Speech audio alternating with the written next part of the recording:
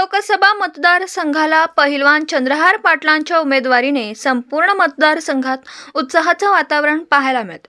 शिवसेना उद्धव बाळासाहेब ठाकरे यांच्याकडून यांना उमेदवारी घोषित करण्यात आली आहे। याच अनुषंगाने आज पत्रकार परिषद घेण्यात आली। तसेच उद्धव बाळासाहेब ठाकरे यांची उद्या मिरज येथे सभा आयोजित करण्यात आली आहे। या सभेसाठी बहुसंख्य लोकांनी उपस्थित राहावं असं आवाहन केलं।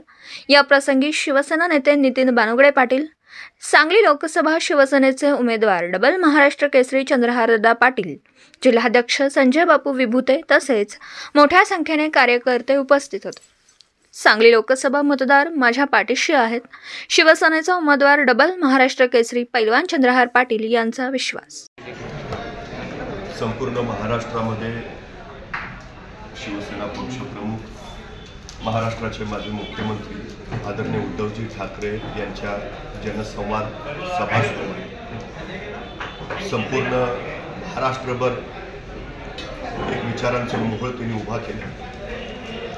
त्याच जनसंवाद सभेचं आयोजन सांगली जिल्ह्यामध्ये उद्या 21 तारखेला सायंकाळी 5 वाजता कोळेकर मठाच्या मैदानावर म्हणजे सिव्हिल हॉस्पिटल समोर मिरज इथं केलं।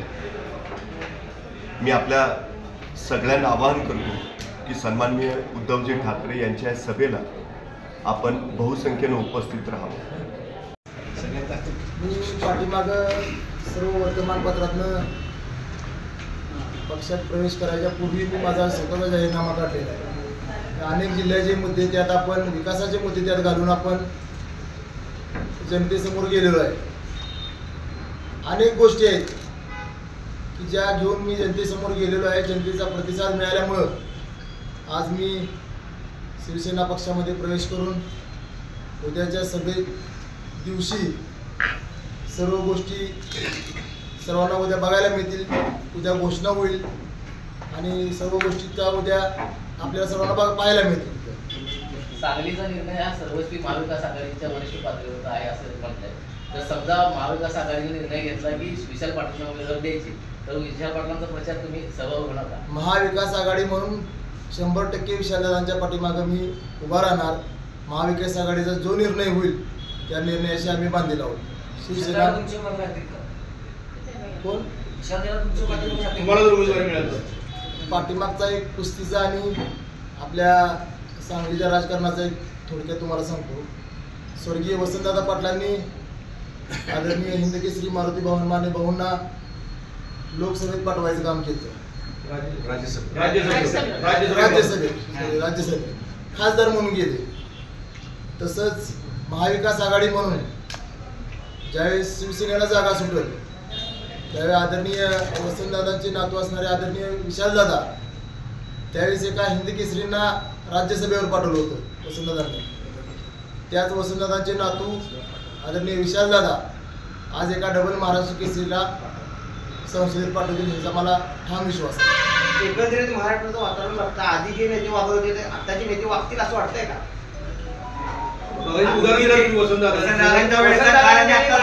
चांगले संबंध होते, आधीचे नेते जसे वागत होते ते आज महाविकास आघाडी म्हणून मी हा विश्वास व्यक्त करतोय।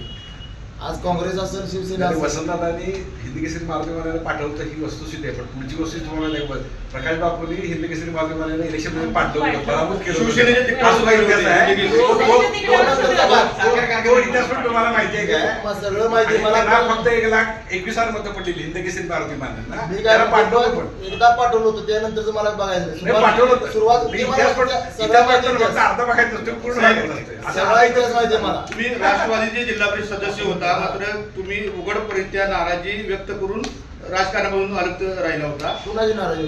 राष्ट्रवादीवर तुमच्या त्यावेळेच्या पत्रकार बैठकामध्ये सुद्धा तुम्ही बोलला होता की एक दाखवा स्टेटमेंट राष्ट्रवादीच्या विरोधात मी बोललो। राष्ट्रवादी नाराजी राजकारणापासून तुम्ही परत नाही, मी माझ्या कामात व्यस्त होतो। जे आता आपण तुम्हाला माहिती नाही मला माहित नाही, भारतातली सगळ्यात मोठी तालीम उभा करायचं काम विट्यामध्ये चालू आहे। ते महाराष्ट्रातील नाही, ते पूर्ण भारतातली सगळ्यात मोठी। मग ते काम एवढं अवघड आहे की राजकारणाला किंवा कुठल्याही दुसऱ्या गोष्टीला वेळ देता आला नाही मला। ते सगळं 30-40% काम झालंय। जवळ 200-250 मुलं माझ्याजवळ राहिलं आहे। म्हणजे कुस्तीचं विद्यापीठ कुठेही नाही हे आपल्या सांगली जिल्ह्यात होणार आहे भविष्यात।